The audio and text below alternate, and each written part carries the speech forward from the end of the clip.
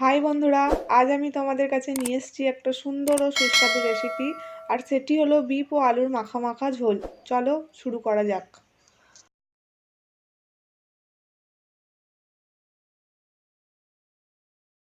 এই রেসিপিটি করার জন্য আমি নিয়েছি দুটি পেঁয়াজ কুচি, 5টা টমেটো কুচি। টমেটোগুলোকে আমি এভাবে কেটে নিয়েছি। 2 টেবিল চামচ আদা রসুন বাটা আর 2টো তেজপাতা। এরপর নিয়েছি 2 টেবিল চামচ হলুদ গুঁড়ো, 2 টেবিল চামচ লঙ্কা গুঁড়ো, 2 টেবিল চামচ ধনে গুঁড়ো আর 1 টেবিল চামচ জিরে গুঁড়ো। এরপর তোমরা এতে 2টো এলাচও ব্যবহার করতে পারো। এরপর নিয়েছি মাংস, যেটা আগে আমি নুন আর হলুদ দিয়ে ভাপিয়ে নিয়েছি। আর নিয়েছি 5টা মিডিয়াম সাইজের আলুগুলোকে আমি এভাবে কুচিয়ে নিয়েছি। এরপর আলুগুলোকে আমরা ভেজে নেব। জন্য চুলাতে আমি একটি কড়া বসিয়েছি। কড়াতে সামান্য পরিমাণ তেল ঢাললাম।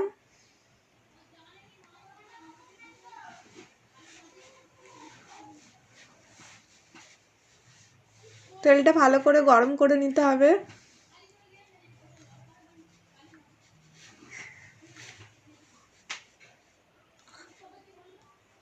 তেলটা আমার গরম হয়ে গেছে। এবার আমার কেটে রাখা আলুগুলো এতে দিয়ে দিলাম।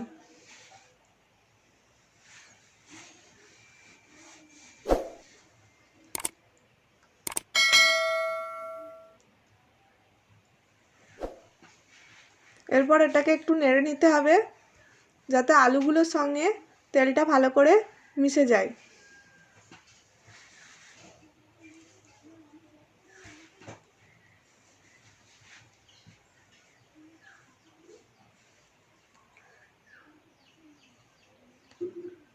এরপর এতে আমি পরিমাণ মতো নুন ও 1 টেবিল চামচ হলুদ গুঁড়ো যোগ করলাম।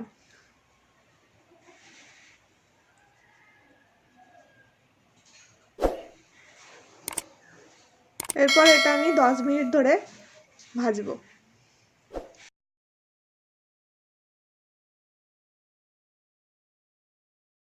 10 মিনিট পর ফিরে এলাম। দেখো, আলুটা খুব সুন্দর লাল হয়েছে ও হালকা হালকা সেদ্ধও হয়ে গেছে। এরপর আমি এটা একটা পাত্রে ঢেলে নেব।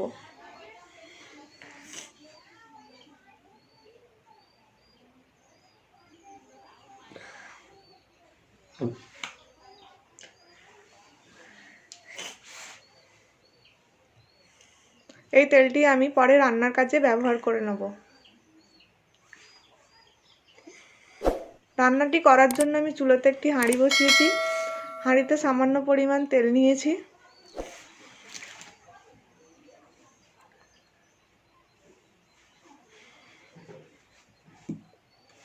এতে পেঁয়াজ কুচি যোগ করলাম।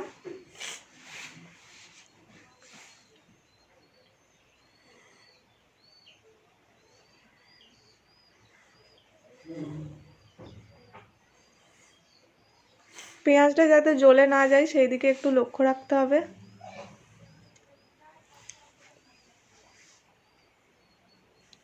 এরপর এতে 2টো তেজপাতা অ্যাড করলাম। পেঁয়াজের কালারটা বাদামি না হওয়া পর্যন্ত এটাকে আমি নাড়তে থাকবো।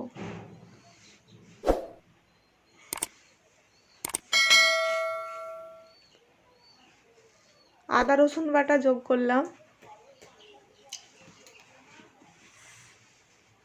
তারপর এটাকে আমি নাড়তেই থাকবো যাতে বসে না যায়।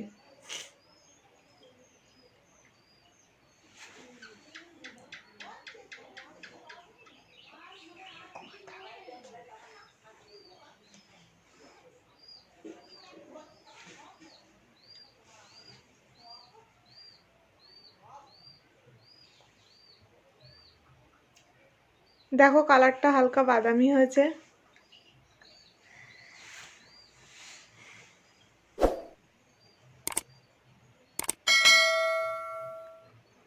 এরপর আমি এতে সামান্য জল যোগ করব। তারপরেও এটাকে আমি নাড়তে থাকবো।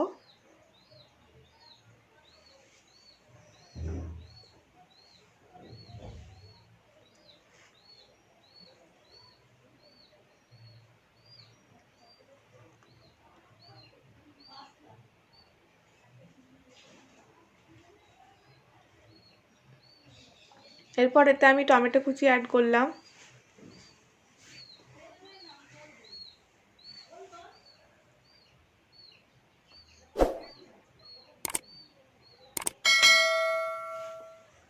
এরপর আমি এটা নাড়তে থাকবো।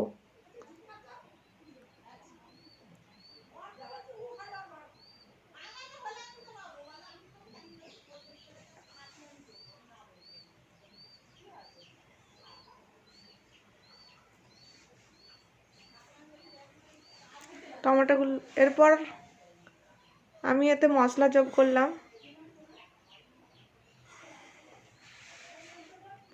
এটা ততক্ষণ নাড়তে থাকবো যতক্ষণ না টমেটোগুলি ভালো করে গলে গিয়ে একটা সুন্দর গাঢ়ত্বের সৃষ্টি হচ্ছে।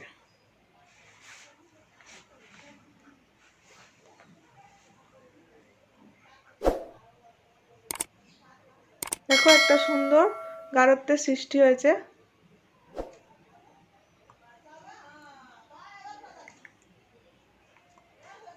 এরপর এতে আমি ভাপিয়ে রাখা মাংসগুলো অ্যাড করলাম। মাংসগুলো মশলার সাথে ভালো করে মিশিয়ে নিতে হবে আর এটি 5 মিনিট ধরে একটু নাড়তে হবে। দেখো মাংসটা মশলার সাথে পুরো ভালো করে মিশে গেছে, একটা সুন্দর গাঢ়ত্বের সৃষ্টি হয়েছে।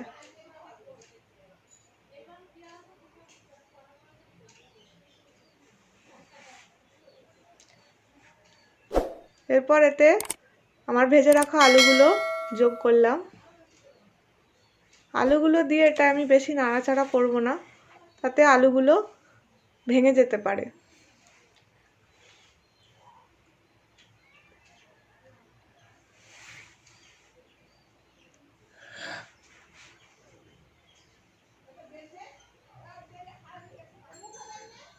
এরপর এতে আমি 2 কাপ জল যোগ করলাম।